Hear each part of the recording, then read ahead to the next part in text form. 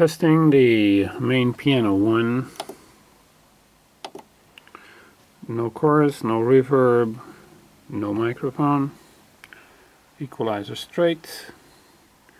Output goes unbalanced into this mixer with 96 kilohertz 24 bits ID converter, just one strip. No processing. Effects off. Comes in here with the initial graph, signal processing, signal input from the mixer. Then there's this bank of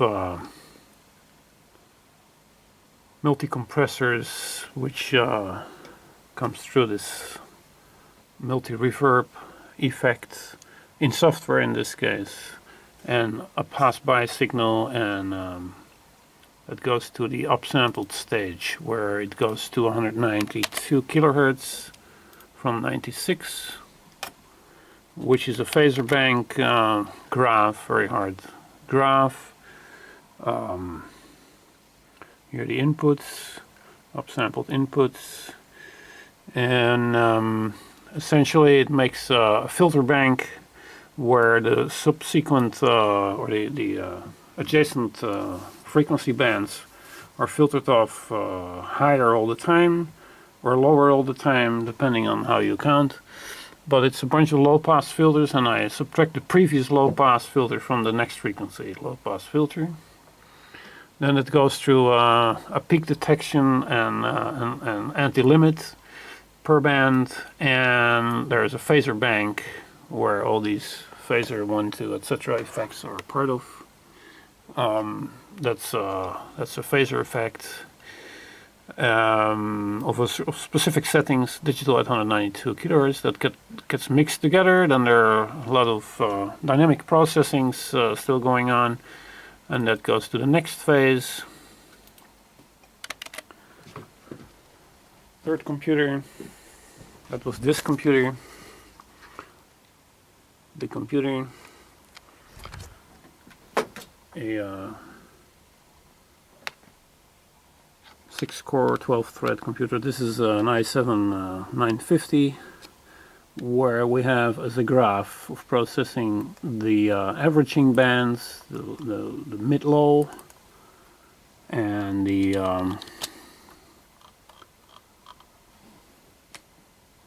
and there's a Dolby even here, but that's for tapes. So we have, some extra things here as well. The jamming is the averaging with a little boost FFT effect. Then there is a multi-band compressor, and the after jamming, the high, the mid, and the low mid averaging bands, which are wibbled, so they're dynamically controlled, mainly that they're gated as a general mode. They only come up pretty soon at a certain point when they're louder than a certain threshold of limiting.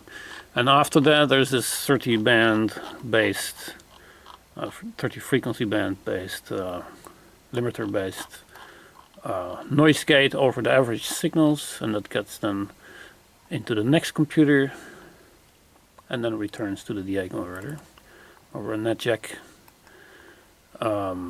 The other signal from the other computer just is downsampled to 96, and then goes in that graph we just saw. And this is the final, the third computer, the second generation i7 notebook with Fedora 2664-bit on it, and that runs the same averaging effects and the same type of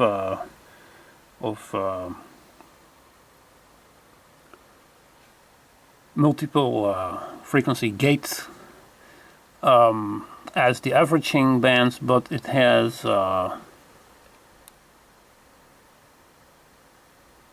also a reverb with a software reverb with multi-limiting and multi-compression at respectively the input and the output, And those averaging effects are based on that reverb, on the output of that total reverb effect, but without the averaging. So the reverb acts as the averaging, and that is mixed also through a 30-band multigate with the signal that goes then back over the secondary, or the third, in fact, net jack back to the server computer, where it then comes out of the DA converter. It gets a bit hot at the moment. Should be a little less hot.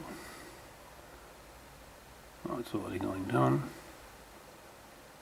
But so how does it sound? Well, we can see here this is the initial multi-compression, which is on the initial reverb in the first pass when it just comes out of the mixer, the signal.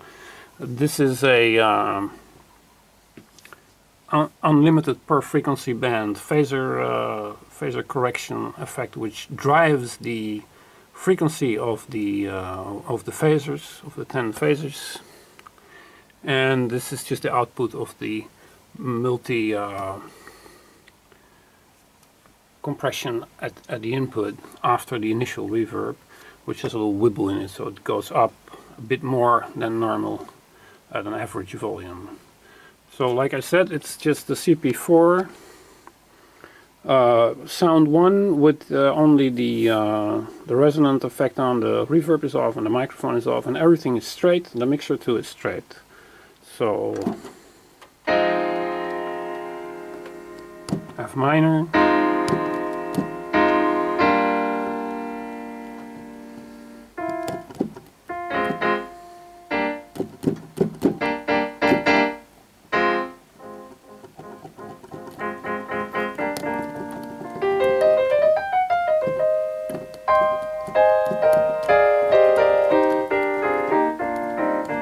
Kind of hard to play with one hand.